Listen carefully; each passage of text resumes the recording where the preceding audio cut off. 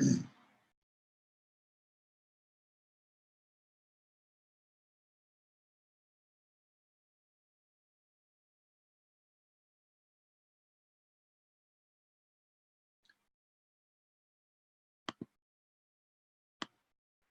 everybody, what's happening? It's Robert Phoenix, and I am here live broadcasting to you from Fredericksburg. Thanks for being with me tonight. We've got a little bit, whoa.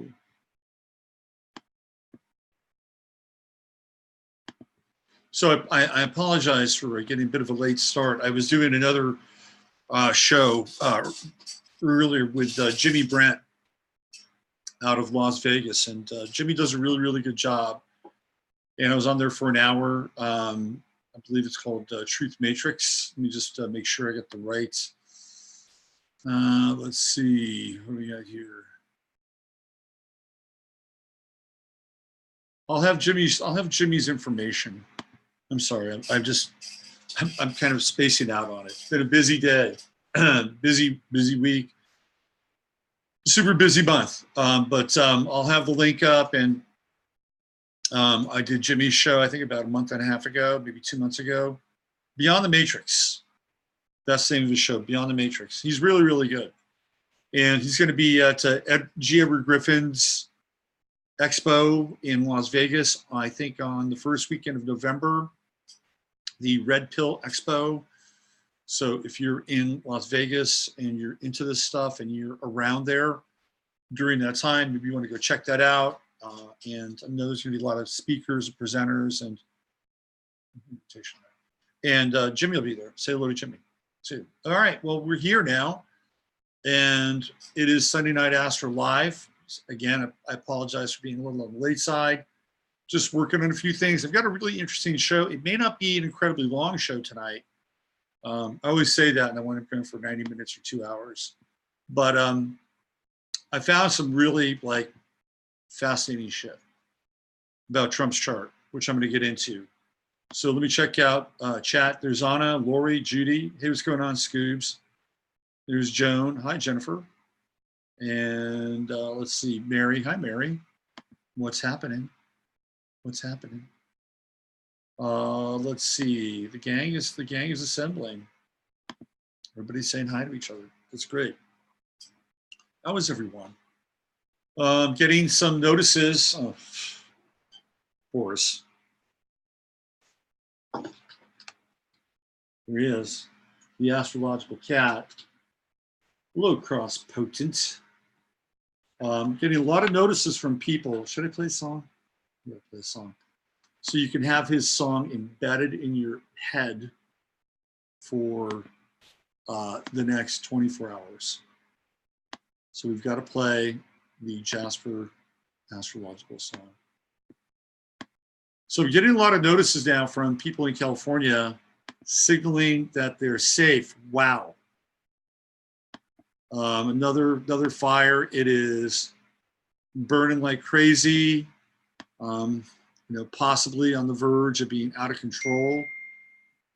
This is not great. This is Emily Moyer, link. Exclusive, dad fighting gender transition. Oh, good. She just sent me that. You just check it out. Dad fighting gender transition if someone speaks out right before gag order. Oh, so you had a gag order. Fuck. All right. Maybe I could try to bring this into the show tonight and talk about that. I wasn't planning on it, but Emily just sent this to me. So, just to make sure that we're following the protocol, we've got to hear Jasper's song, right? You got to hear Jasper's song. It's his show. It's the 11th house. Jasper, the astrological cat. Look up your chart, show you right where you're at. It's Jasper, the astrological cat.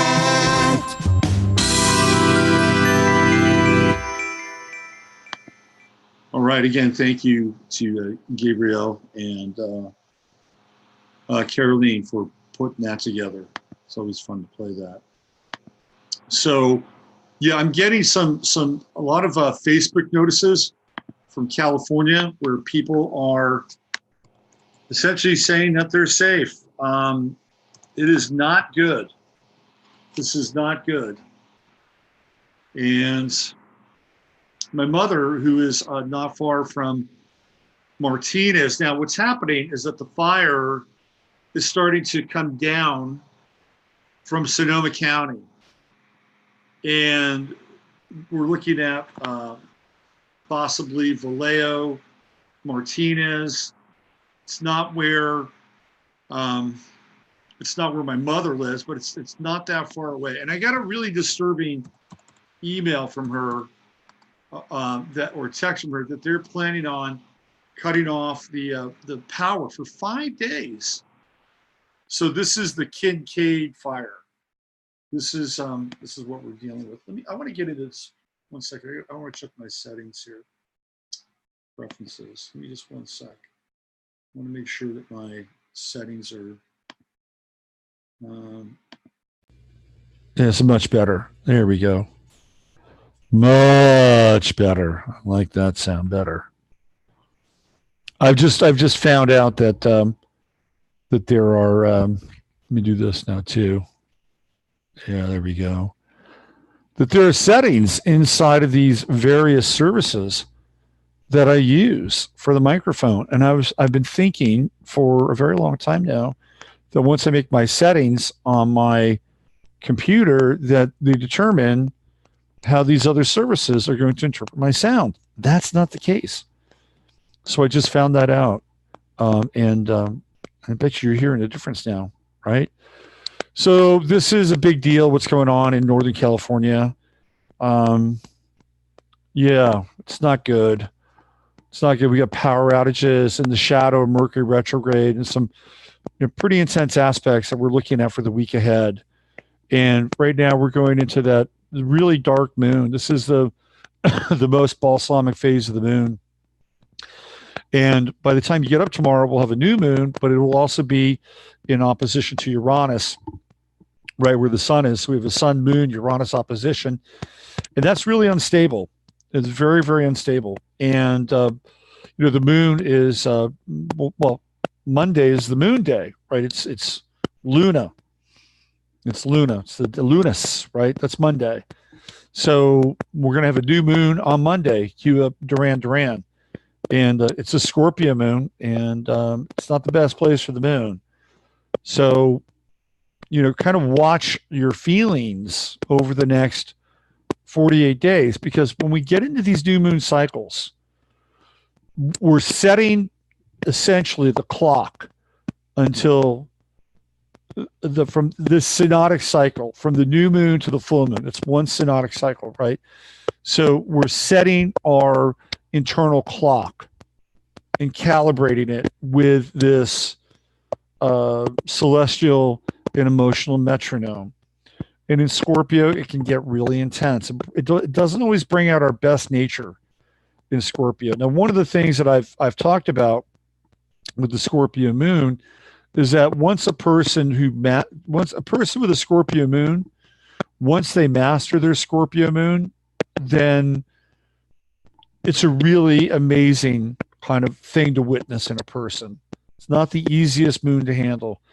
You've got to deal with things like possessiveness, obsessiveness, jealousy, very intense desire. It's a moon that's connected with like really, really intense desire. And I've been around some people with Scorpio moons who that intensity is there, and has reared its head in relationships, and the level of jealousy with the Scorpio moon, it can be really off the charts. So I began to, I contemplated this for a very long time. Like, why is that? Why would a Scorpio moon be so like intensely jealous or possessive?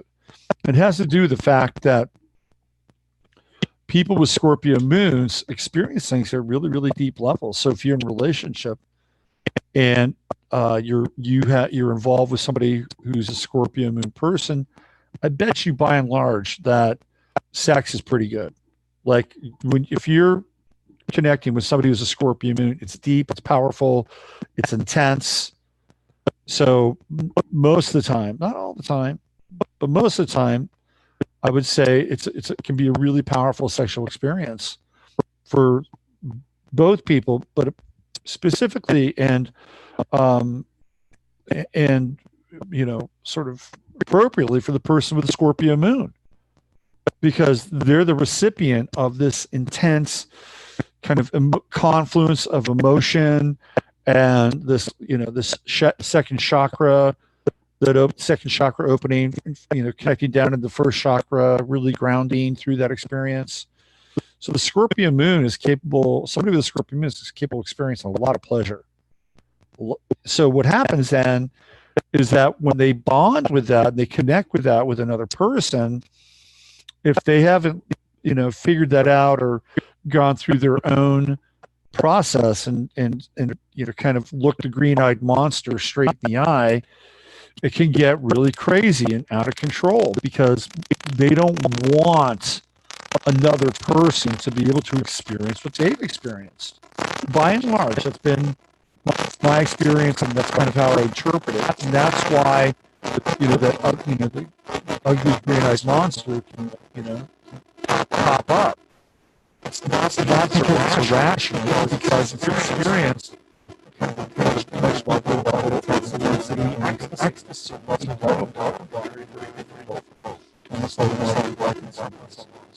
But a person who's gone through, the audio's bad. Sorry, I just got a text. So the audio's bad. Let me try to fix the audio. Just when I thought I had it, right? Let me see what we have here. USB, okay, output. There we go. We got sound. We have sound. No, I don't even have sound right now. All right, how about internal? Do I have internal? No, I don't have internal now. I apologize. Let me go back into the system preferences for Zoom, because it says in Zoom that my my audio should be good. Let me try this again. No, that's not good. Give me a second, please. Give me 1 second. Okay. What do we got here? Here, yes, no. Built in, no. Sacre bleu. Hold on. Yes, good now. Okay, thank you. We have good audio now. What would I do? What would I do without you all? What would I do without you all? Okay, good. I'm getting levels. So, all right, enough about the Scorpion. But when somebody has a really evolved Scorpion moon, they're very powerful. They're deep, and they exhibit a degree of magnanimity that often isn't practiced by other moon aspects. And they face their fears. They wind up facing their fears. Like when somebody leaves, it's like death for a Scorpio moon person. And another really evolved aspect of people with Scorpio moon is that they get really good at manifesting. Really, really good at manifesting because they're clear on their desires. We know that Scorpio is about magnetism, stuff like that. And that's where we are. Let me throw up the chart of the moment. And I hope that we got good volume now. Throw up the old chart of the moment. I just had it up here. Give me 1 second. All right, maybe I'll just do a reset here in the little chart of the moment. Let's see what we got.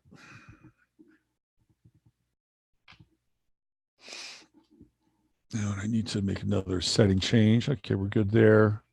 All right. Sacre bleu. Sacre bleu.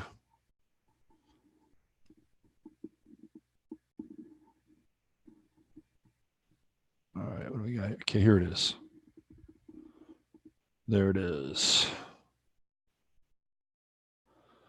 Very interesting times here in Fredericksburg. We have our election going on, and the dentists have now decided to jump in and get involved and take us on. So they're organized. The dentists are organized. We're going up against the Society of Dentists. It's an odd bunch, except for Joan, of course. Joan is one of the good ones. She's one of the good dentists. How's everybody's dreams, by the way? We having interesting dreams these days? Let me see what we got here. That's not quite it. I just pulled it off. Where are we? Jasper? What did you do with that chart, man? What did you do with that? He's always stealing my charts, Turkey.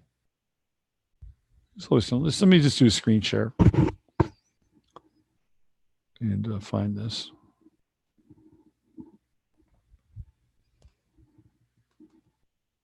There it is, chart of the moment. Jasper apparently took it. He's always hiding my charts. He's hijacking my show. All right, so this is what we've got. The 29th degree, anaretic degree of Taurus. If I'd started the show a little bit early, would have had a closer to kind of the degree of the moments that I'm going to be talking about tonight. And it's going to blow your mind, I think, in a lot of ways. So here we go. Here's that balsamic moon right there at 2 Scorpio. So letting go, right? That's the nature of the balsamic moon, letting go. It is in a phase of dissemination. So I don't know what's come up for people over the last, 72 hours, 96 hours. That's where this balsamic phase would have emanated from or would have began. So being able to let go in Libra, it's about letting go of connection, relationship, contract, bond. And in Scorpio, it's about purging. It's about emotionally purging. And this is actually a pretty interesting and clean chart. It's not quite a it's not quite a bucket, and it's not quite a locomotive either, because we're missing a planet here in the 10th house, and we don't have the spigot down here coming out of the bucket. But it's a pretty clean chart, although the squares and the oppositions are very sharp because we're dealing with angles or orbs that are really close to being exact. So the sun right now is at 4:19, 4 degrees 19 minutes Scorpio, and then Uranus is at 4 degrees 37 minutes in Taurus. So we're going to have, but later on in the night, and by the time you get up tomorrow, more of this opposition. I would assume that this might be a difficult night to sleep with the Sun-Uranus opposition. It kind of feels that way. And I know if you're in California, even though your lights may have gone out, let's say at 8 o'clock tonight, it's not going to give you any peace of mind or relief or make it easier to sleep, depending upon where you are. So now we throw the moon into the mix, and the moon is going to be moving into opposition with Uranus tonight. And then by the time you get up for work tomorrow, it'll be conjunct the sun and then moving into the 1st degrees of Scorpio. So we'll have a new moon tomorrow. Just remember that on a programming level, from your own emotional well-being, because part of what we are involved with here is being able to access and have a greater comprehension over our own personal software. And that happens when we're clear, when we have clarity of intent, when we are clearing out things in our life, when we are doing our absolute best to live and treat everyone as if they are God, right? By doing that, we live with a sense of sacredness. As Jesus said, do unto others, right? That's part of the program. So when you line all this stuff up, what happens is you get greater control over your personal console. So you can move through life easier than you're living with the Spirit, right? You're living with the Spirit of the Most High. I mean, this is how, theoretically, this is how I would say that Jesus would be operating. Like that's the operating system. That's the operating manual. So you want to clear out the clutter. You want to clear out any of the bullshit that gets in the way. You want to clear out any foods or any kinds of vices or things that are keeping you from attaining a sense of clarity. We are no longer, in my estimation, we are no longer in the left-handed path. We are no longer in the path of Dionysus. We are more aligned towards the right-handed path and the path of Apollo. And even with Trump as president, and I'm not saying that Trump is, God on earth, right? He's not. But if you look at his place, right, his penthouse suite in Trump Tower, it is a shrine to Apollo. It's a shrine to Apollo. And Trump is Apollonian. He's got the sun on the ascendant. He has Mars there, and he has fixed star Regulus right on his ascendant. That's the sun, and Apollo's the sun god. And even though Obama was technically a Leo, he was the most, with the exception of his ego and his arrogance, Obama is one of the most un-Leo-like people, un-Leo-like Leos I've ever seen. Obama, to me, was much more lunar than he was solar. In fact, Michelle is much more solar than she is lunar, if you know what I'm saying. If you know what I'm saying.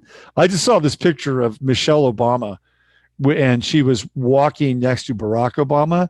She's got the shoulders of a linebacker. Holy Christ. I mean, this woman could be lead blocking for the Dallas Cowboys. Enormous shoulders. Anyway, Obama felt very, very lunar to me, like his famous statement, we're going to lead from behind. That is not a Leo. That is not a Leo. And even though Trump is a Gemini, he has the Leo ascendant, Mars Leo on the ascendant. And what does he say? We're going to make America great again. Whether or not you believe it or not, that's the maxim. He's not saying we're going to lead from behind. That's a lunar statement. I get what Obama was saying. Like, we've been the big bully in the world. We're going to lead from behind now. In some ways, it's kind of a position of power if you're into that thing, In that whole dom submissive world, the subs ultimately have the most power, right? In a lot of ways, they have the most power because they get the doms to do what they want, or you know what I mean? It's a weird thing. So maybe in that sense, Obama as a sub, and he had a lot of power, leading from behind. But that's what I'm talking about. So we're living in an Apollonian time. And Obama, it's interesting too. Like I know that people have claimed that Trump snorts Ritalin and all, and all that shit, right? But he doesn't drink, and other than the lines of Ritalin, there's no history of cocaine or anything associated with Donald Trump. That's not true with Barack Obama. And Barack Obama was clearly a drug user. I mean, the stories are there. He's firing up with the Choom gang, and he's hanging out with all these old dudes in Hawaii, and getting coke for favors. So he was a very Dionysian president, and it's kind of the height of that Dionysian aspect or apex. And Trump represents this Apollonian shift, and we got into this when the true node was in the sign of Leo, and then the south node was in Aquarius. Aquarius, in some ways, being this kind of radical left-hand path, the path of destruction, which is really what Aquarius is about. It's a sign it's a destructive sign. It brings the chaos, right? Uranus brings the chaos, and the sun represents the solar order, which is in the opposition of Aquarius. So we moved more towards a solar order when that took place. And coincidentally enough, it was also the time when Trump had that true node going through his first house and began to piss people off. Why did he piss people off? Well, there's a number of reasons why he pissed people off. And I think mostly, and I have this theory, because he he is the father that a lot of people did not have or were pissed off at because they either left their moms or their moms left their dads. And Trump is now the father that's returned. And there's a lot of anger because whatever you think of him, he is like, he strikes a very patriarchal figure, which is, of course, why the feminists theoretically hate him. And I don't know why they hate him. This guy's the most LGBTQ friendly president. He's just as friendly as Obama. I don't know why they hate him, but anyway, that's a different story. But he's the father that's come. It's kind of like, okay, I'm the dad, and I'm back home. We have rules now, right? It's like after your mom or after your dad split, and your mom was like shacked up with Obama for a while. The cool dude that came over on the weekends. Maybe even introduce you to smoking pot. Now here comes dad. Dad's back. That's Trump. And it's like, fuck that. We don't like that. These are rules. We hate rules. We like the other guy because he was cool. But that's not where we are now. And it has nothing, in some ways, it has nothing to do with Trump. He's just a cipher. That's all he is. He's a cipher. But we are in an Apollonian phase. So this is a time where it's like, even though, and it's really ironic too, because we're living in a time where we're looking at the legalization of cannabis, marijuana. And how Dionysian is that, right? It's incredibly Dionysian. We have CBD, which is the sort of the legal cousin of cannabis.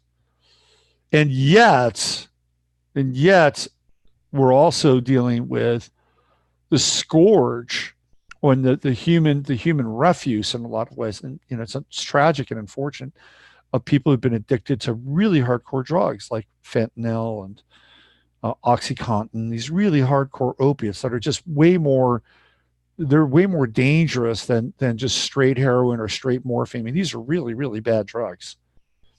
And so they're part of this Dionysian downward spiral as well, right? And we're living in a time where, and I'm actually in favor of this, where hallucinogenics, specifically mushrooms, are looking at being legalized in places like Colorado and can be really good for therapy. I'm all for that. I think the right use of entheogens can be really powerful. But at the same time, there's also this break in a lot of ways from that, because you got to have your shit together now. You really have to have your shit together. If you don't have your shit together with all the chaos going on, with all of the distractions, which are coming fast and furious 24/7, it's going to be really hard to get through these times. So you have to have your shit together, which means you got to cut things out and simplify as much as you can. Simplify your diet, simplify your thoughts, simplify your routines. Get clear, get clean, get on top of your operating system. Because once you get to that point, then it's easier to start to step up, right? You start to step up and go up Maslow's hierarchy of needs. You get up to the top of the pyramid. This is what Jordan Peterson talks about. When you get to the top of the pyramid, and that's when the spiritual revelation comes into play. But you can't get there without the preparation of the vehicle and the body. It's just not going to work. It's not going to happen. So, that's what I'm touting. That's what I'm working on. And I do my best to kind of live this credo every single day. And it's an interesting path, but it brings it right into the immediate, or it's right into the now. And this is where the action is. That's where it's at. But it's not some form of just enlightened humanism. It doesn't work that way. You have to acknowledge inside where, this one heartbeat that we're all part of, the living God, right? That's where it's at. And that's the other piece of the equation, because part of it, as I said, if you can kind of, get on top of your console and clear things out and get your operating system right, then the next level comes in, and the next level begins to participate with you. And again, I give this as an example. Like when we had our group experience and we went to Enchanted Rock, we went there, and against all odds, we got in. We weren't supposed to get in. and this park ranger and somebody who's officious, right? When you deal with officious people, they're like the gateways of kind of this Kafka-esque system, right? And sometimes when they have a lot of power, they can be really, really hard to deal with, or at least power in their minds. You'll see this every now and then at TSA, or you'll see this every now and then at the DMV. But this guy let us in. Why is that? Well, it's because the operating system was right, and we were all vibrating at a pretty high level, and we were supposed to be there. See, that's the part that we cannot equate. That's the part that we cannot plan. Like, I didn't plan that. Nobody planned that. I mean, I planned that we were going to go there, and it would be like how it's always been. You just show up, you get there, you buy a ticket, but you have to make a reservation. So that's what I'm talking about. And that's where the divine or the miraculous comes into play. And now all of a sudden, things are happening at a much higher level. Well, you get there by having your operating system as tight and tuned up as possible. Okay. So to that extent, when we have this moon coming in, conjuncting the sun, it's a test. It's a bit of a test, I'll have to say. So tomorrow, and whenever I talk about this stuff, invariably by Monday or Tuesday, I'm dealing with it. That's part of the matrix game. And then how we respond to that and take it to another level moves us out of sort of that lower fourth dimension where the matrix becomes manifest in a lot of ways, right? So we get to move above that and higher above that. So we get to deal with the intensity of our emotional experience and perhaps even emotional upset because of this moon Uranus opposition and the sun being there too. So if something doesn't go your way, and I've had to work on this, right? I was born an only child, so I've had to work on if something doesn't go my way quite a bit over the years. I'm getting better at it. I've always got the backup plan, the backup contingency plan, right? Oh, okay. Well, I kind of knew it was going to happen, so I've got the backup plan. It's a way to deal with expectations. Anyway, this is an energy that you want to be really conscious and aware of. Now, there are some interesting aspects going on with the moon. We've got the opposition, the conjunction with the sun, and the opposition to Uranus. But here we have the quintile to Saturn, which is probably a good time to jump off and talk about a quintile. The quintile and the biquintile. So here we have the moon, and here we have Saturn. So this is a 72-degree aspect right here, roughly. That's what the quintile is, right around 72 degrees. Right, so quintile, and then here's the moon, and there's our friend Saturn. The biquintile is at 144. So it is 2 quintiles, right? The bi 2 times.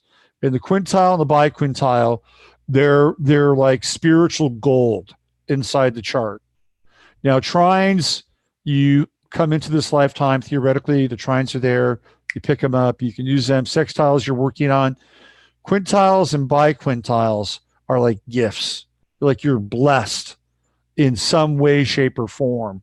And they're almost unconscious blessings. But if you can study the quintile and the biquintile, and you can understand where those gifts are and begin to, sort of, how do I say this? Acquaint yourself with them, then they become more conscious and real, which are really interesting. So we do have a biquintile with the moon and Saturn, which says to me that if you can take the path of emotional IQ, because that's what Saturn represents, right? Saturn's the grown-up. Saturn's the adult of the zodiac. It's the parent. So if you can have some emotional IQ over the course of the next, say, 72 hours, let's go 24 hours, you're going to fit into that biquintile. So try your very best to come at your emotional response from a place of responsibility and accountability to the best of your ability during this 24-hour period, because that's the key, I believe, to setting this clock for the next synodic cycle between the new moon and the full moon, right? So, or the lunation period. So this is where you want to say, okay, I want to come from the highest place that I can. a place that is kind of, it's mature, it's wise. I'm not going to react out of this oppositional energy. Now, one of the things that I was talking about on this show with Jimmy, Beyond the Matrix, that I'll get into with Trump's chart, is the fact that we often think of the chart as a two-dimensional exercise. It is not a two-dimensional exercise. One of these days, when we get really, really cool augmented reality stuff, and I know it's already there. I know somebody who's working on this right now. He's the son of a good friend of mine, and he's doing really, really high augmented reality stuff. And he's essentially created these 3D models through augmented reality where you could do an entire chart in 3D, and you could have the ecliptic and the horizon and all that stuff, and you can see where things are moving, and you can see this three-dimensional kind of this orb. And it's going to take, when somebody does that and it becomes accessible, it's going to take astrology to a whole new level. There'll be a new understanding of astrology. Of course, if you think that the earth is round and all that stuff, you'll have to buy into that too. I mean, there's some discussion around this, right? But it takes it off the two-dimensional plane. So one of the things that I've talked about before, and if you have taken my course, this is one of the things I talk about, is that the opposition is not a flat line, that the opposition is a loop. It's a loop. And this is one of the ways that as an individual, if you have oppositions in your chart, you can deal with the opposition in a way that is not polarizing or static, and that you're moving in this cyclical progression from one planet to the other and back again, one planet and the other and back again. And that by doing that, you're integrating the energies. You become more fluid with the opposition, and not that you're stuck here or you're stuck there. So that's one of the things that we could think about here with the Moon-Sun conjunction and the opposition to Uranus, that it's a loop or a belt and not sort of this polarized place, which in turn gets you out of being stuck sometimes. Now, the other way that you can deal with oppositions is to find the midpoint, in which case we're talking about Aquarius on the midheaven, and with the chart of the moment. And so how we get out of the polarized place, if you can't wrap your head around the loop, then you go here.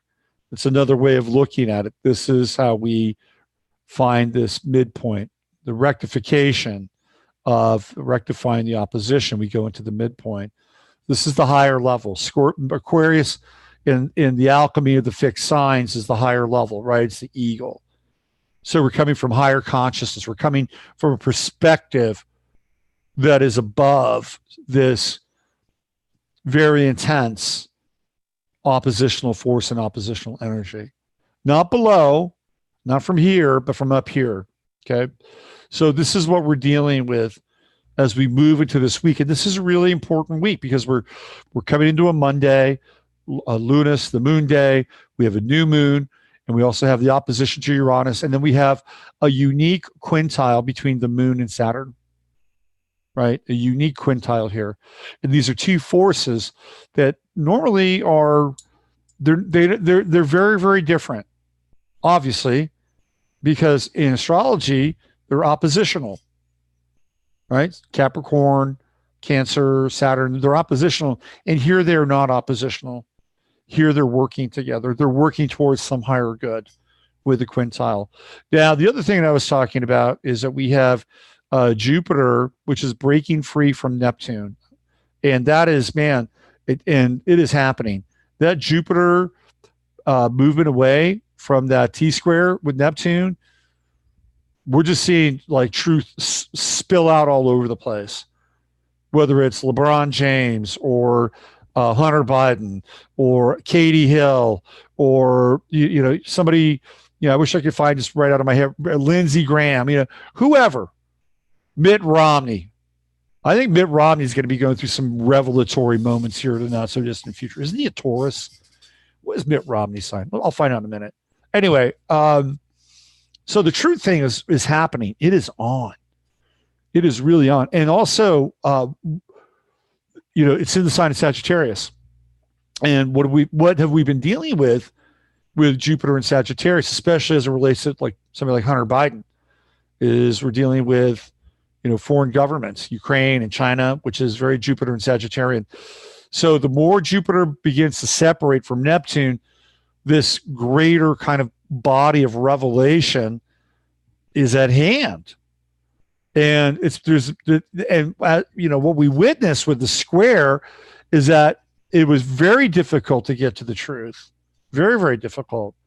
There was always some weird bullshit, kind of like, the shooting in El Paso at a Walmart where they have actually just one weird, fuzzy still, right? Where's the truth there? There's no truth there.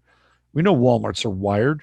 Why did we have like a whole litany of video, a whole series of videos, people with cell phones? We just really didn't get that, right? That's just indicative of one thing. So get ready, because it's going to start. The dam is going to start to break. It's going to start to break. And when it breaks, get out of the way or watch it. Just watch it. You may have to get out of the way. You may want to bring it on, but just watch what's going to happen over the course of the next 4 to 5 weeks. Very significant pieces of information are going to be revealed, and people are not going to be able to handle some of it. It's coming. It's happening. It's on. Now, for everybody that's listening, this is actually a good thing, because, you're here for a reason. You're resonating with this because we're all, we're working on it. Like, this is our project. This is our project. And maybe happening here celestially, but it's also happening inside of us. So we're cheering this stuff on. We're getting closer and closer for this to open up in the world and inside of our lives. And many of you are living more truthful lives. You just are. Whether it's a relationship that you're in that you don't want to be in, or the relationship is dead, or it's lost meaning, or whether it's the home that you're living in, or the job that you've had, or whatever it is, right? It's getting harder and harder to keep these things at bay. Just is. So November is going to be a really interesting month. We're going to go into Mercury retrograde. Everybody knows that. It's going to be happening on the 1st of November. It's in Scorpio. So remember, it's moving backwards and looking at things from the past around power, money, resources, who did what's. It's going to be your very interesting time. Apparently, the FISA stuff, the Kelly stuff, the Bill Barr, that's all starting to come up, right? Too bad this whole Epstein thing is not around, man. They just buried the Epstein thing, didn't they? That fucker's still alive. He's alive somewhere. Witness protection, Israel, who knows where he is. Russia, hanging out with Ed Snowden. I don't know. He's alive, though. I'd love to see some Mercury retrograde Scorpio get into that action. But we have to, deal with what we deal with. And the Mercury retrograde Scorpio is going to move backwards, and it's going to dredge things up. It'll dredge things up. It's going to be very interesting. So that's happening on the 1st, the 31st, right on Halloween. We do have a Venus-Mercury conjunction right now, both in the sign of Scorpio. So there's a lot of insight. There's a lot of psychological insight that's available to people. And use it wisely. Let's see, what else? We have the in conjunct with Mars and Neptune.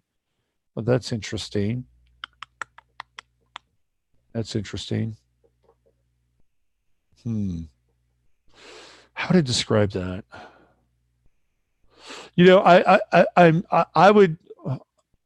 I'm holding off on ascribing a negative tendency to this. Although one could easily look at sort of the addictions that are hidden from us with a Mars Neptune in conjunct, like the addictions that we think aren't addictions, but they really are. I mean, that could be part of it. I also am kind of looking at this as potentially the activation or rescue at the 11th hour with a Mars in conjunct with Neptune in Libra. And I know that Mars in Libra is what in its detriment, right? So the in conjunct is, I don't necessarily think it's bad. I think it has something to do with the balancing of the scales in a way that's really graceful. Like, okay, here you go. This is what it is. If you're looking for justice, which is the Mars in Libra, if you're looking for justice, the in conjunct with Neptune, to me, is the interpretation of it being that you don't have to force it. You don't have to force it. It's kind of like watching justice in action. It's like, holy shit, look at that. You know, I think there's a righting of wrongs here, but they are not, it's not like you have to push it. Doesn't have to be pushed. It's like, wow, this person got what they deserved or something along those lines. So it's justice in a way that is almost, I wouldn't say divine retribution. That would not be quite the case. But it's almost like seeing something like that. And there's a lesson here that we don't always have to be in charge of the interpretation and the distribution of justice and equality. And that somehow it gets resolved in a very interesting kind of way. So remember that. Remember that as this week unfolds, okay? All right, let me get out of here. The screen share. Let me check in with you guys. Let me see where you're at. And then we're going to get into the meat of tonight's program. See where we're at. Let's see. Integrity fighting the forefront. Impeachment versus FISA abuses. Yeah, there's a lot going on there. What is the Sabian symbol for? Sabian. What else do we have? Already feel the dredge energy of these Scorpio transits. I have to say it's really pushing a revenge motive with trouble distinguishing from justice. Yeah, you know, it's kind of there, right? It's kind of there. Walmart knows how many nose hairs you have. Absolutely, Christine. That was such bullshit. That's total bullshit, man. People, see, every time these things happen now, people just wake up and they're just smelling that stuff more and more. More and more. Okay, so, all right, let's get into this chart tonight. This is really a trip. Okay? This is really a trip. All right. Let me fire it up. I think this is the only other chart I'm going to do tonight. Because, oh, it's Rosie. Hi, Rosie. Rosie, you want to make a rare appearance? She's pissed. She doesn't have her own song. She doesn't have her own song. She's not the astrological cat. Oh, look who's here. Look who's here. Look at her. She's fierce, man. Look at those eyes. That's a killer. She'll claw your face off. That's Mars and Libra right there. She is very different than Jasper. Very, very different. You can hang out here. Yeah, I know. I know. This is what Jasper does. This is what Jasper does. He comes up here. But he's not here right now. Yeah. Rosie's not the astrological cat. I don't know what she is. She's not the astrological cat. All right, let's get into this chart. This is a trip. I had this inkling tonight as I was doing this other show, and I saw something I'd never seen before in Trump's chart. All right, here we go.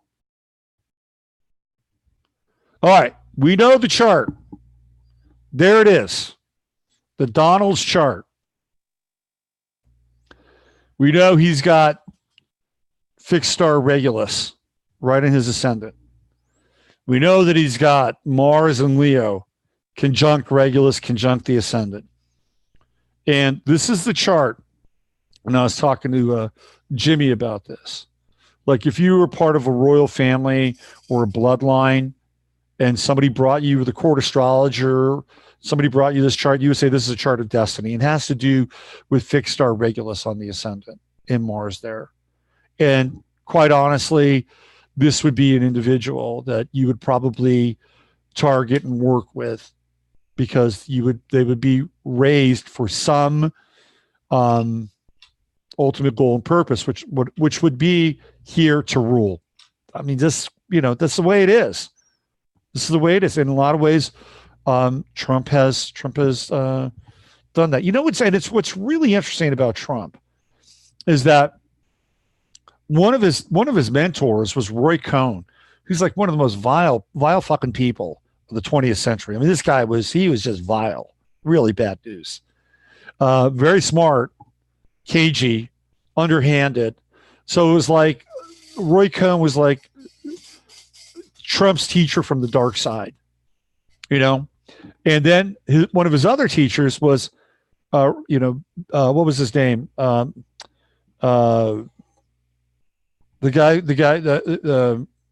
Vincent Peale, Bishop Norman Vincent Peale, the power of positive thinking. That was his other mentor.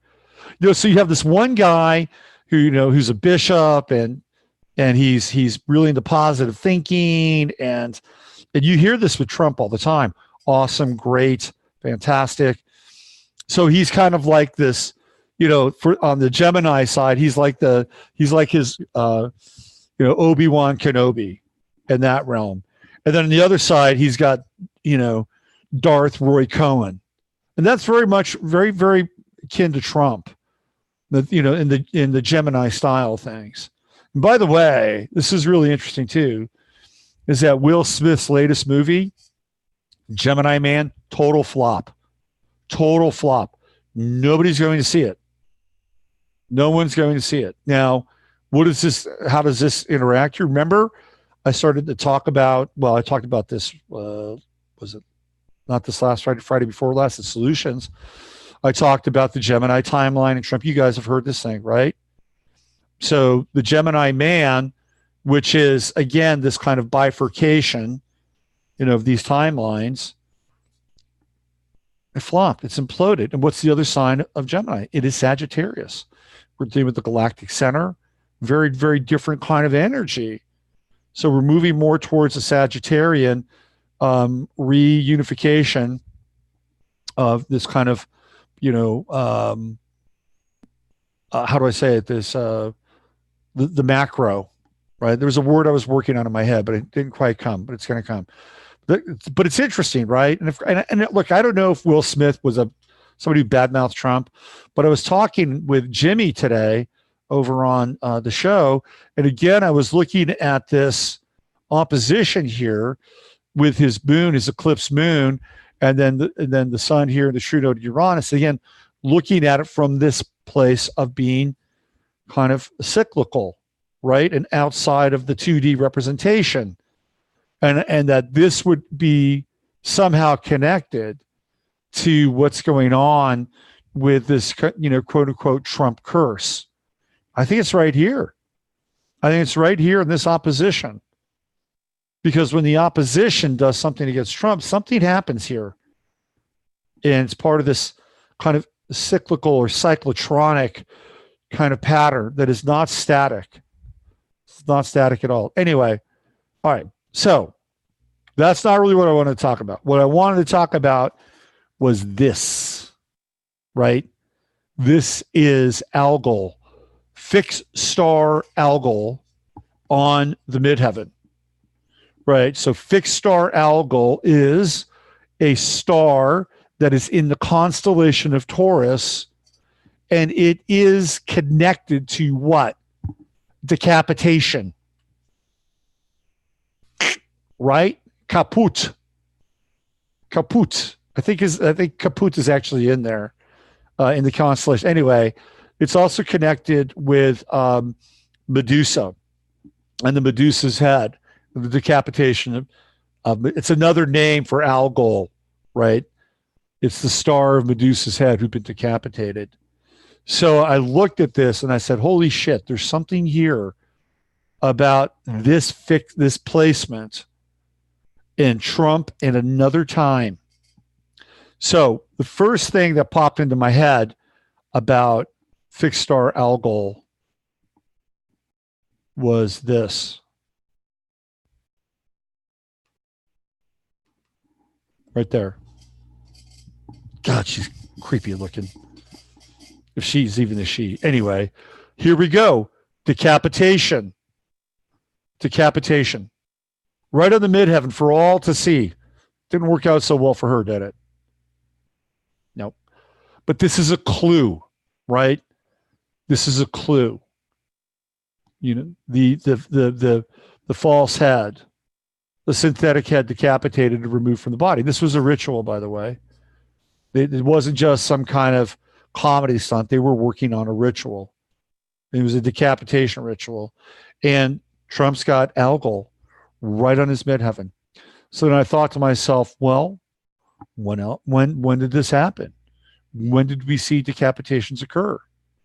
We saw them occur during the French Revolution, the Jacobin Revolution. And that took place in the year 1789, right? 1789. The French Revolution, the Jacobin, that's when everybody lost their heads. They lost their heads. So what was the French Revolution? It was a populist revolution, theoretically. And the ambassador to France during that time was Thomas Jefferson. He had succeeded Ben Franklin. So Thomas Jefferson was the ambassador to France. And he was pro-French Revolution. You know, all those guys were Masons. Lafayette was one of the driving forces of the French Revolution until they locked him up, until after the French Revolution had finally finished, because Lafayette realized that he created a Frankenstein monster of the French Revolution. And he realized he was being manipulated. And the real driving force behind the Jacobin Revolution was, of course, the Rothschilds, who were living in France at that time, or at least part of the Rothschilds were, part of the family was. And what were they doing? They were eliminating their competition. The royals, or the elite during that time, were taken out. They were taken out. And, so there was this idea that they were also purging the state. That's what was going on during the Jacobin or the French Revolution. And that's when the beheadings were taking place. And the guy that was, the guillotine was named after this guy named Dr. Guillotine. But he didn't invent the guillotine. He only used it because he was a guy that was supposedly humane. He was a real doctor, supposedly humane, and he saw the guillotine as a much more humane way of dealing with justice. And he mentioned the guillotine, my decapitation machine, or he called it a machine. And when he said, well, my machine will do this, we will dispense with the cruelty of the death penalty, by whatever way. It was like clean, right? And even though he did not invent the machine, however, it became associated with his name. And they actually tried later on, his family tried to have the name of the guillotine changed because it was associated with his name. And what's really odd is that there was a guy by the name of Guillotine who actually died due to being beheaded via the guillotine, even though it wasn't him. And Dr. Guillotine happened to be a Gemini, so there were two guillotines. Weird, right? Weird shit. So I began to think now, why is Trump so hated? Why is he so hated? It's really irrational in a lot of ways. And why did Kathy Griffin want to chop his head off? I think it lies in the fact that Trump was either present during the Jacobin Revolution, possibly, or he was there as part of another incarnation. It might have actually been responsible or part of that that operation, part of the revolution. And my feeling is that that what he's trying to do from a karmic perspective is to right the wrongs on some level, right? To right the wrongs, because he rose up to the power of an elite. And what he's trying to do is return the power theoretically to the people, which is very French Revolution-like in a lot of ways. You'll see some I got some charts ready to go.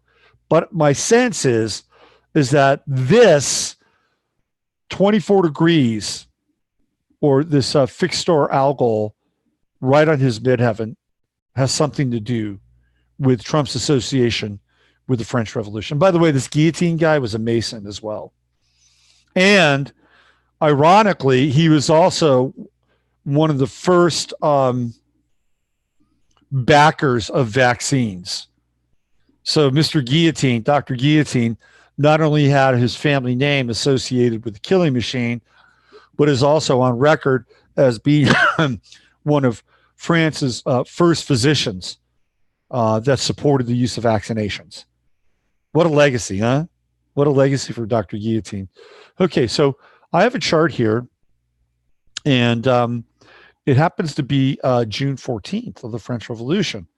Well, why did I pick June 14th? Well, that happens to be Donald Trump's birthday. And June and July are very important times during the French Revolution. Very, very important times, because that's when everything starts to happen. That's when everything heats up. And then we have the massive, the real killing begins to start in October. Bastille Day, of course, is in there as well. All right, so Bastille Day is what, July, I think it's July 9th, July 14th. Oh, I have the timeline. Give me 1 second. And the timeline here, let's see, Bastille, July 14th. The storming of the Bastille. The revolution officially begins on July 14th, 1989. Before I get to the Trump chart, let's just look at some of the planets around the French Revolution. You guys can check this out. I also want to get into Trump's progress chart too tonight, which I thought was rather interesting. So, okay. So this is, these are the aspects of the French Revolution. Right here. So this is June 14th at 7 a.m. So one of the things that we can look at from an astrological perspective is right here. It's Uranus. It's in the sign of Leo. And guess what? Leo's royalty. So we have Uranus, the planet of revolution, engaged in that very same act with with the royalty, right? It's like this is the revolt energy, and we have it's a square. It's a bit of a wide square, but we have a square with Neptune, and then here's Jupiter on that day, just entering into the sign of Leo, and it's making this energy really big, really big. So over the course of the next few weeks, moving into July 19th on Bastille Day, we have a Jupiter-Uranus revolution. Oh, I'm sorry, Jupiter-Uranus conjunction. That energy is expanding, right? It's expanding this revolutionary energy. And a lot of you out there were born with Uranus and Leo in your chart. So that could also be an indicator. It's funny. I had this psychic tell me that I was there, that I was part of the French Revolution, but I got out. I got out, and I was able to. And apparently, according to this, she was like a Akashic reader, and that I was a Mason, and I was able to go to, of all places, Philadelphia. Right? Interesting, huh? So anyway, I was able to use my connections to get the hell out of Paris. So this is the energy of the French. It is revolutionary energy, and it is in the sign of Kings. So we also have a grand trine going on. We have Venus and the Sun conjunct Gemini. Who do we know that's a Gemini? That's right. And then we also have Pluto in revolutionary Aquarius. So keep this in mind now. We will have another election on November 5th in 2020. So it will be roughly 2 years, because it will be, let's see, roughly 2 years. 3 years, so 2020, so 2023. So in 2020, Saturn goes into Aquarius, right? At the end of 20, it actually goes into Aquarius in the middle part of 2020, goes back, retrogrades into Capricorn, and January 1st, it goes into Aquarius. So transiting Saturn will conjunct Pluto and Aquarius, which was during this time, right? During the French Revolution. It's another cycle. We could use the term synodic cycle as well here. So now in 2024, Pluto will move into Aquarius, right? 2024 moves into Aquarius.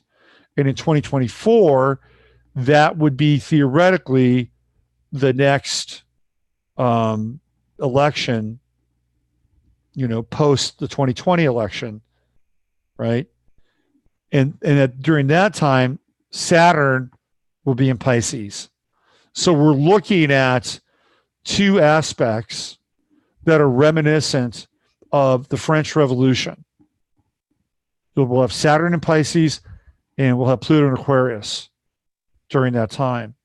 And Saturn will be moving into a conjunction with Neptune, which is usually a sign of the rise of socialism. So looking into the future, post 2023, 2024, we're looking at very revolutionary energies, very extremely revolutionary energies, even more so than now in a lot of ways.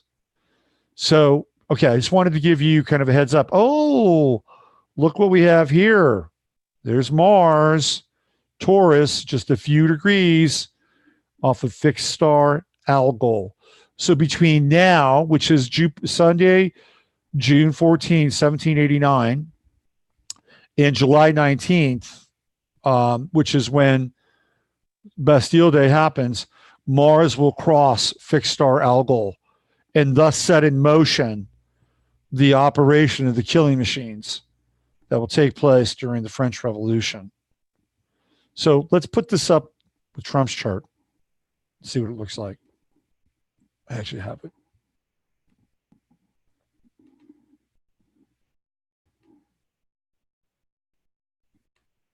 Okay.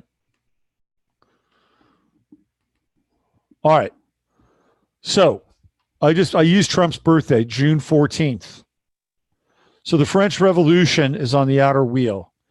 And here we have Sun, Venus, and then here's Trump's sun, true node Uranus, and here's Chiron, right? It's right. It's almost right on his sun. So Chiron is at 22 Gemini, and his sun is at 22 Gemini. It's an exact conjunction. Exact conjunction. What are the odds on that? Exact. 2255, 2210. So we're talking like a 32-minute difference. Wow. Now, Trump's sun goes to 23 with the Sabian symbols. And then Chiron here stays at 22. So let me just see what we have. What's the Sabian symbol for 22 Gemini? Let's just check that out. See if there's any resonance. I haven't checked. Let's see.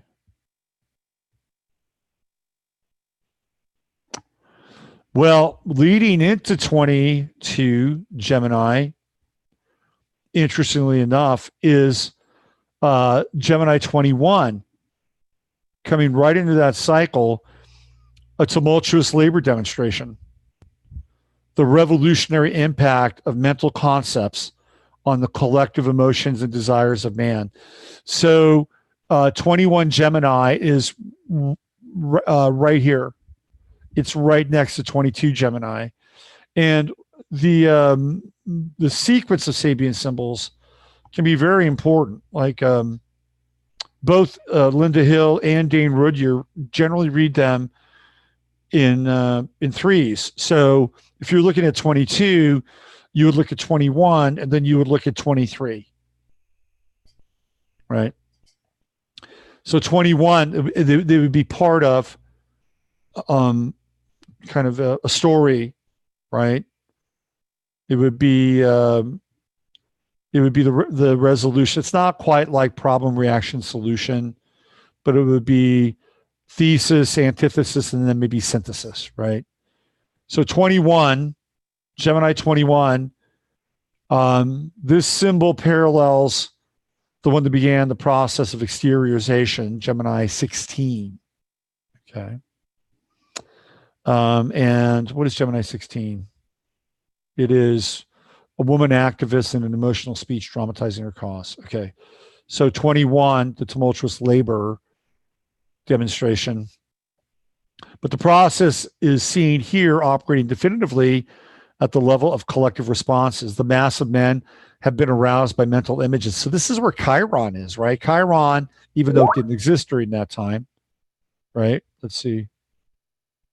Chiron, Richard, thank you, Richard, for that. I appreciate that. So Chiron shouldn't exist then, but we were able to go back in time and look at it. At least it did, but we didn't understand it. That was the lead up to the French Revolution, right? At 21. It was hanging around 21, 22.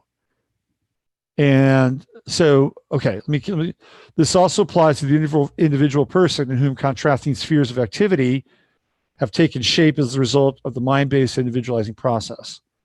The organic functions make their collective demands upon the lordly intellect. The stage may be set for the kind of revolution we call psychoneurosis. This begins the 17th fivefold sequence of symbols. It sets the stage for a tumultuous process, which may lead to a new approach to the problems resulting from individualization. The repressed or oppressed instincts stage an emotional outburst, claiming their due. So it's right there. It's right there on Trump's sun. So if we look at the astrological cycles through time, this version of Chiron is right here in his sun. And he is in some ways embodying this energy, this tumultuous demonstration, which is really the momentum of the French Revolution. And of course, it's in opposition to his own moon right down here in Sagittarius. The other thing that I found to be very interesting about this chart is Uranus and the role Uranus is playing, because Uranus is just entering into Trump's 12th house. And we can begin to talk about the 12th house as the theater for past lives, right? Because the 12th house is so deeply collective. You know, it is kind of this place and space of, you know, of the Akashic records. And Uranus and Jupiter are right there at the beginning of the 12th house cusp.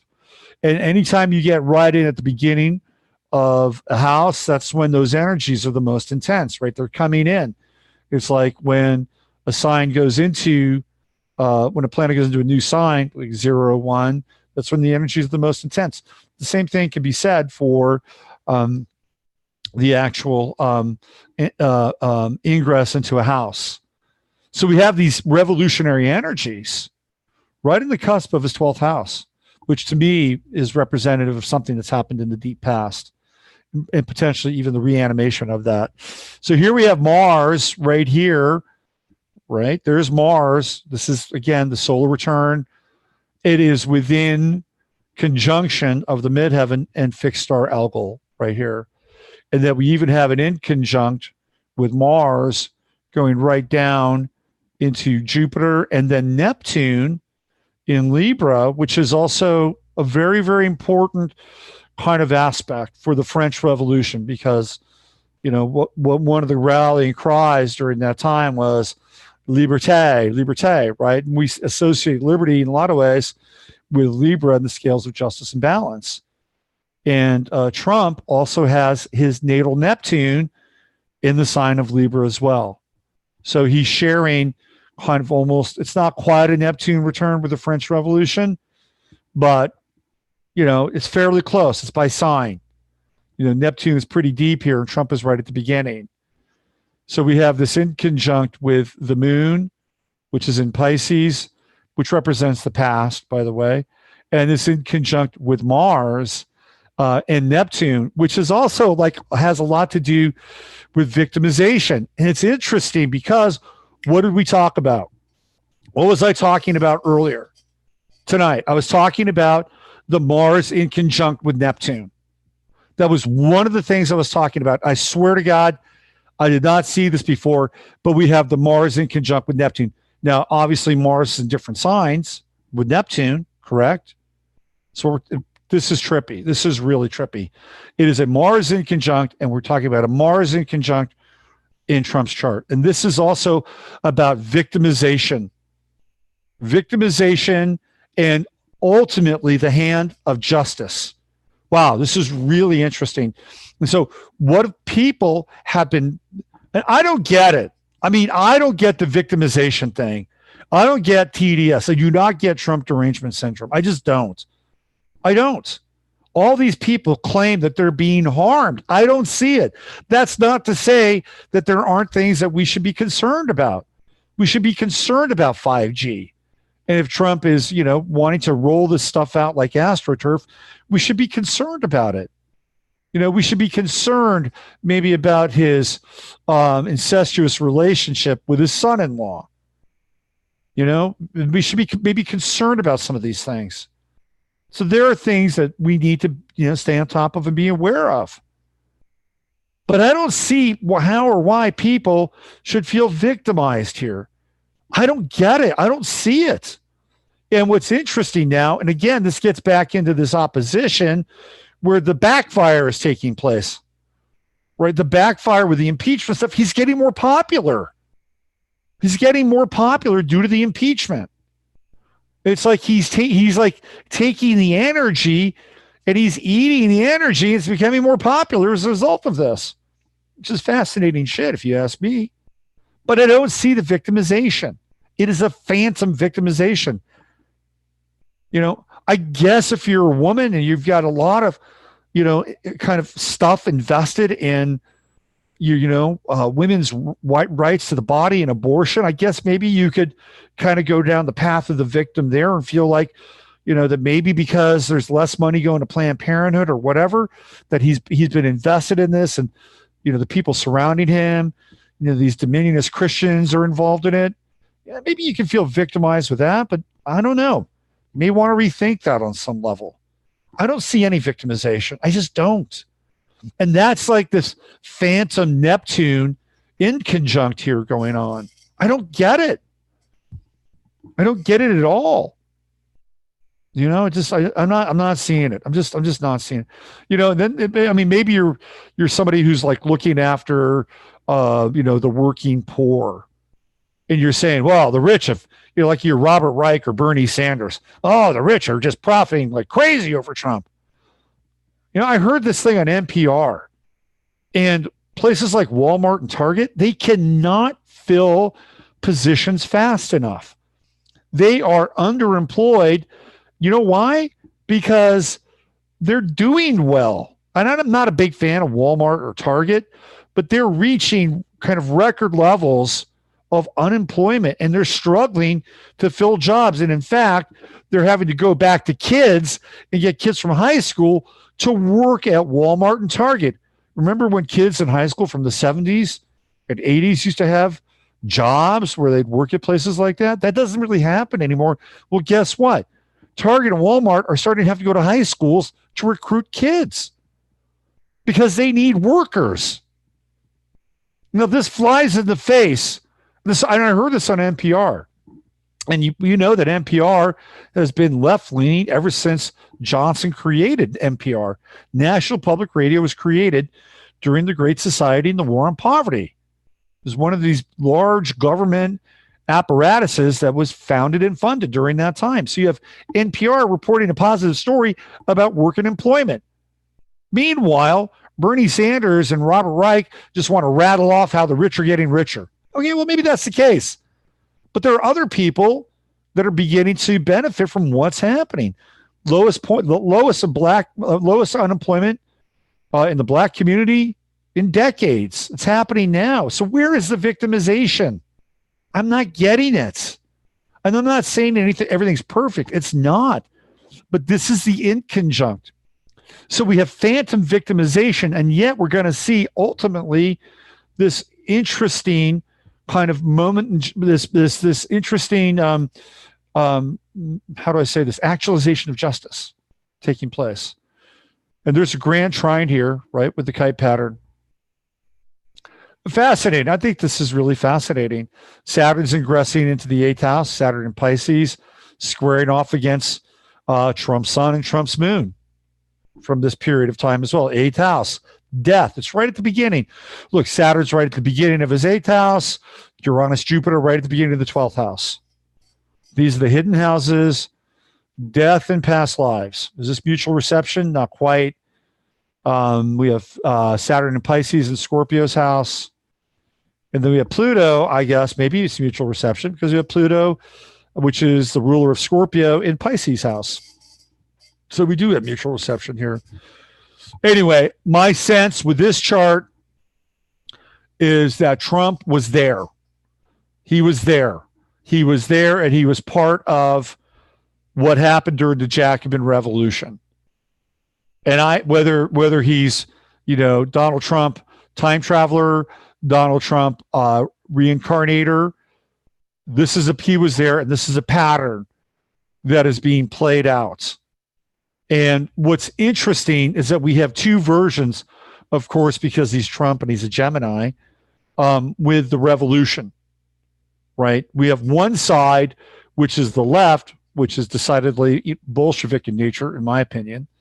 Then we have the theoretical right, which are people who I believe are closer in spirit to the American Revolution. So we have two versions of revolutions that are kind of happening simultaneously. One which is Bolshevikian, the other is American. Like make America great again. Let's go back to the revolutionary founding principles of the founding fathers, et cetera, et cetera. So it's really interesting, man. We are in such a collision of time right now that it is just a freak story. French Revolution, Bolshevik Revolution, American Revolution. It's all happening now. It is all happening now, with hopefully the idea that we can sync it all up and then move together in a unified timeline moving forward. I think it's really interesting stuff. So keep your eyes and ears open for references around the French Revolution, the Jacobins, guillotine, beheading. Now, next year, okay, this is really important. Next year, Mars spends a lot of time in Aries and in Taurus. Just remember that. So Mars is going to get on top of Trump's chart. Transiting Mars is going to hit right on top of his chart, fixed star Algol. So this dialogue around revolution, the razor's edge, guillotines, the French Revolution, the Jacobins, it's all going to start to rise to the surface. Just remember that. Remember, next year, Mars is going to be between two signs, Aries and Taurus, for most of the year. Okay, let me get out of here. I want to look at Trump's chart before I do. I swear to God, Trump should hire me. Okay. So I wanted to look at his progress chart, which I thought was really interesting. So I can find it.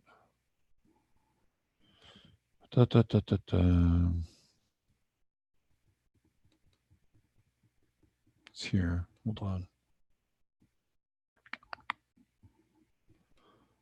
Okay. Let me go back here. Let me go back here. Back here. Back here. Back here. Now I'm going back in time.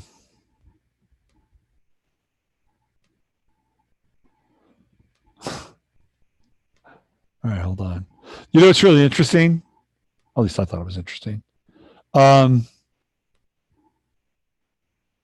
the guy who replaced Thomas Jefferson as the American ambassador to France is this guy named Governor Morris, who was one of the signers of the Declaration of Independence.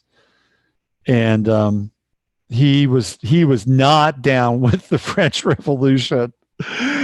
He saw for what it was. He knew that it was going to be a reign of terror. But Thomas Jefferson didn't have those same kinds of thoughts. Let me go back here. He wasn't held back by that. All right, let me go here. I just wanted to show Trump's progress chart because it's kind of interesting.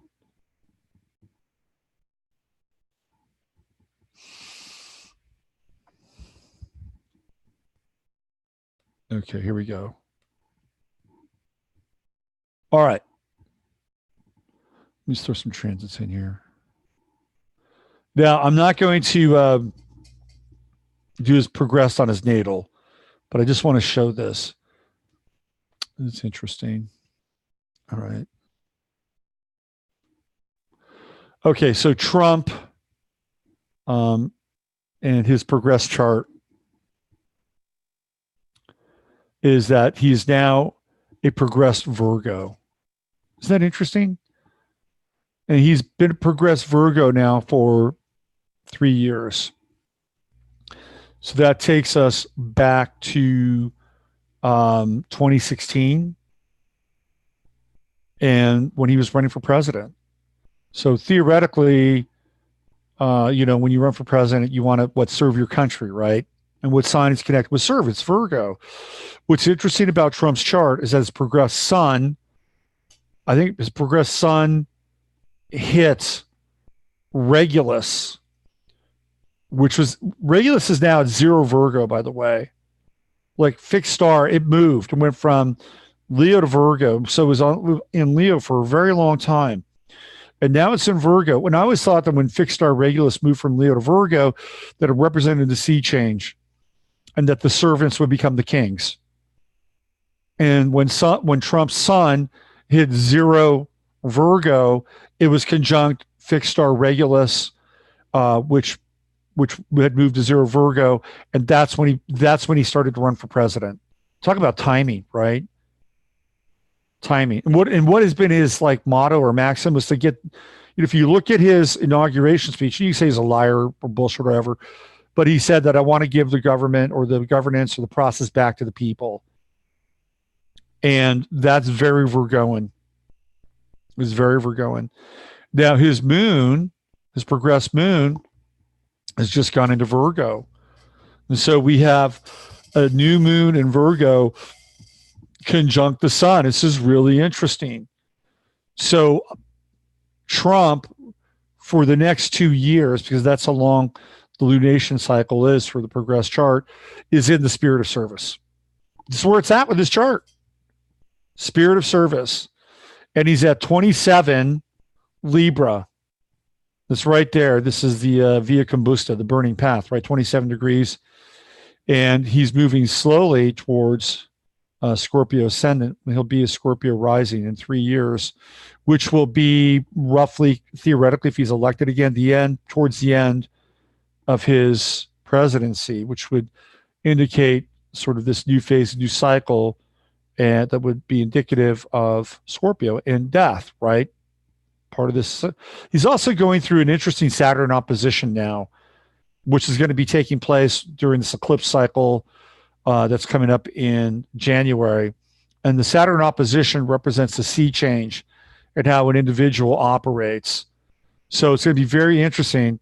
Now, again, this whole impeachment thing is still something in motion and it's in flux. And I've heard that they could, theoretically go through all the way up through the holidays and try to get into this impeachment cycle, which is getting into that Saturn opposition. So that's a very tricky time for Trump and the country based on the Saturn opposition. Happens half of every Saturn cycle. So it's every 15 years, right? Every 15, so So I think it's every 44. So the first Saturn opposition, big opposition, happens when you're 15.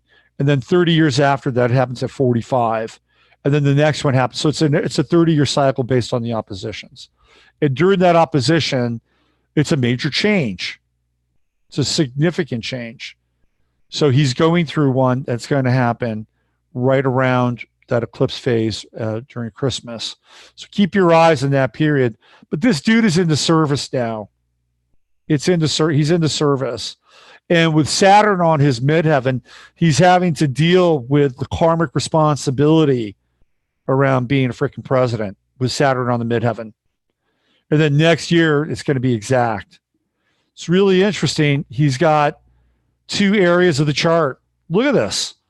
It's all about justice and liberty and equality and the balancing out of scales with leadership, authority, the karmic responsibility around being a president, and then being kind of born into this kind of new cycle of service with the moon conjunct the sun in progressed sun in Virgo.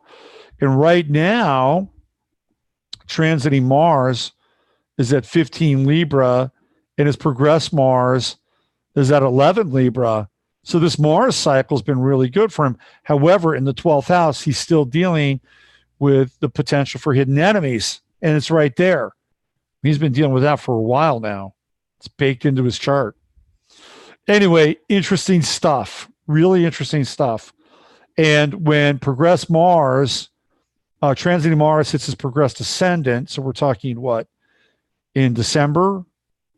That'll be an interesting time. That may be a gloves off period for the Donald. Wow. It's Libra and Leo. Libra and Leo right now in the progressed tail of Donald John Trump. And of course, there's a true node in Uranus and Leo. And just sextile, one square. He's got the square from Jupiter to Saturn. Jupiter, Saturn, one major square. That's it. And that's not a terrible square. It's not basically a Jupiter Saturn square. This is like the promise. And this is the commitment to fulfill the promise. So he's got a square now, which says you've got to fulfill your promises. You've got to live up to what you said you were going to do. That's it. Other than that, it's sextiles and trines for now in the progress chart. All right, let me get out of here. Let me check in with you guys. Let's see what's going on in Chatlandia. See what's happening with you. Let's see what we got. Kind of sounds like he was really chosen. Man, the more that, what if he's impeached? Can he run away? I don't think so. Yeah, Virgo is clean up. I totally agree. Experimental elemental. A Regulus and a feminine sign, right? Exactly. Interesting. Aren't you from France like the Coneheads? I was born in France. I'm not from France, though. I was born in France. I've got karma there, man. Governor Morris. That's right. I definitely have. I've got some weird stuff with France. Weird time stuff with France. Like time. In fact, where I was born in France, there's a lot of weird like time anomalies for that period. Just that I've noticed. There's that movie, The Edge of Tomorrow with Tom Cruise. You guys have seen that? So in that movie, there's this woman who's the Angel of Verdun, right? The Emily Blunt character. That's where I was born. I was born in Verdun. She's the Angel of Verdun. And what happens to her, right?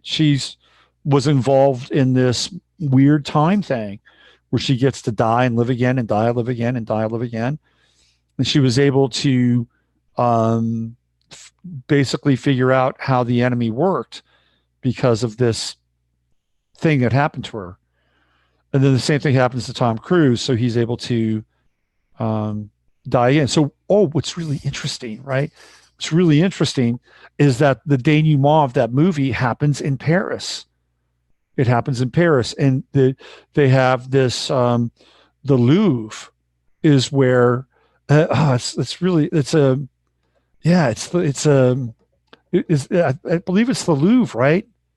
where they have the storming of the Bastille, and they basically go in and they defeat the alien breed that's trying to take over, the mimics. That's really interesting. That's where it happens. Very interesting. Anyway, so there's that.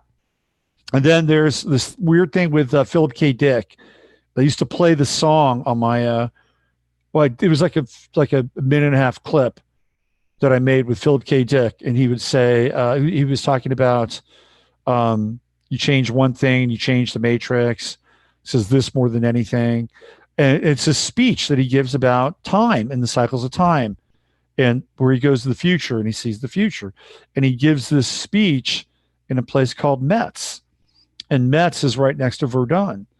And I was born in Verdun, but I lived in Metz as a child. So there's this weird Philip K. Dick thing that happens right in that area.